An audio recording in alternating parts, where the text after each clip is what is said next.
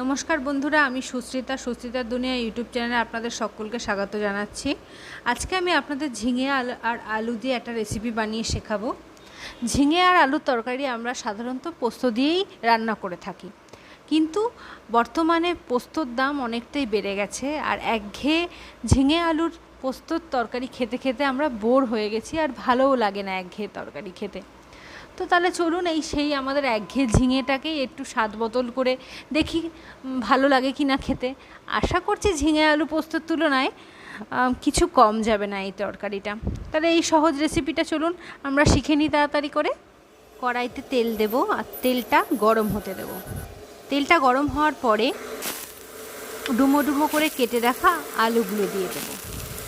এবার আলুটা নাড়াচাড়া করে বেশ ভাজতে থাকতে হবে, যাতে একটু লাল লাল হয়ে যায়। খুব বেশি লাল লাল হবে না, একটু ভাজা ভাজা হয়ে যাবে, তখনই আমরা সেটা পাত্রে তুলে রেখে এবার ওই তেলটার মধ্যেই আর একটু তেল দিয়ে দেব আর তেলটা গরম হতে দেব।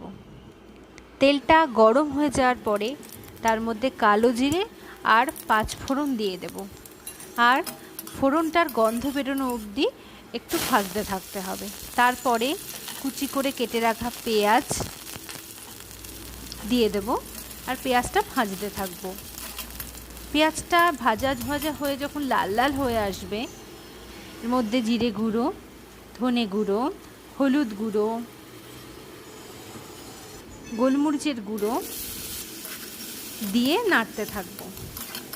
একটু জল দিয়ে দেবো যাতে মশলাটা পুড়ে না যায়, ভাজা ভাজা হয়ে যাবে, যে তেল ছাড়া অবধি মশলাটা আমাদের কষতে হবে।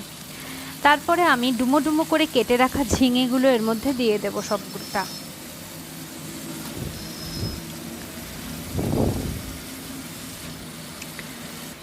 আর যে আলুটা আমি ভেজে রেখেছিলাম সেই আলুটা দিয়ে দেব।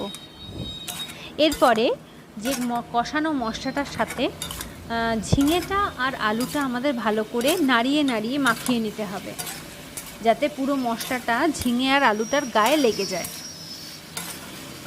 ভালো করে নাড়তে থাকতে হবে।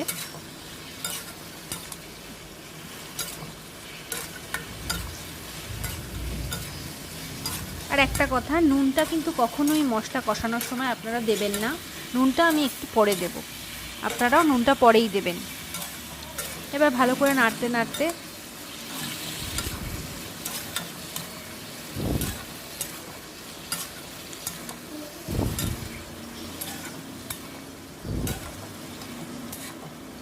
দেখুন একটু মাখা মাখা হয়ে এসেছে, আর জলটাও ছেড়ে দিয়েছে। এবার আমি লবণটা দিয়ে দিচ্ছি। লবণটা নিজের স্বাদ মতো, আর ঝালটাও নিজের স্বাদ মতো। আমি এখানে 2টো কাঁচা লঙ্কা ব্যবহার করেছি, কারণ আমাদের বাড়ি তেমন বেশি ঝাল কেউ একটা খায় না। আপনারা আপনাদের স্বাদ অনুযায়ী লঙ্কাটা বাড়িয়ে কমিয়ে নিতে পারেন। এবার আমরা ঢাকা দিয়ে জিনিসটাকে হতে দেব। মিডিয়াম টু লো আছে মিনিট 10 ঢেকে রাখার পর আমরা ঢাকাটা খুলে বেশ কিছুক্ষণ ধরে নাড়াচাড়া করতে থাকবো জিনিসটাকে। দেখব বেশ জল ছেড়ে দিয়েছে।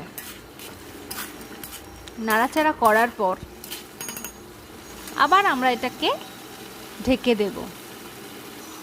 বেশ আরও মিনিট 5-10 পরে ঢাকনাটা খুলে আমি দেখে নিয়েছি যে ঝিঙে আলু দুটোই সিদ্ধ হয়ে গেছে, কিন্তু জলটা এখনও আছে। তাই আঁচটাকে আমরা বাড়িয়ে দিয়ে জলটাকে শুকিয়ে নেব, আর দেখব তরকারিটা যাতে মাখা মাখা হয়। আর তার মাঝখানে নুনটা আমি ঝালটা দেখে নিয়েছি, আপনারাও দেখে নেবেন।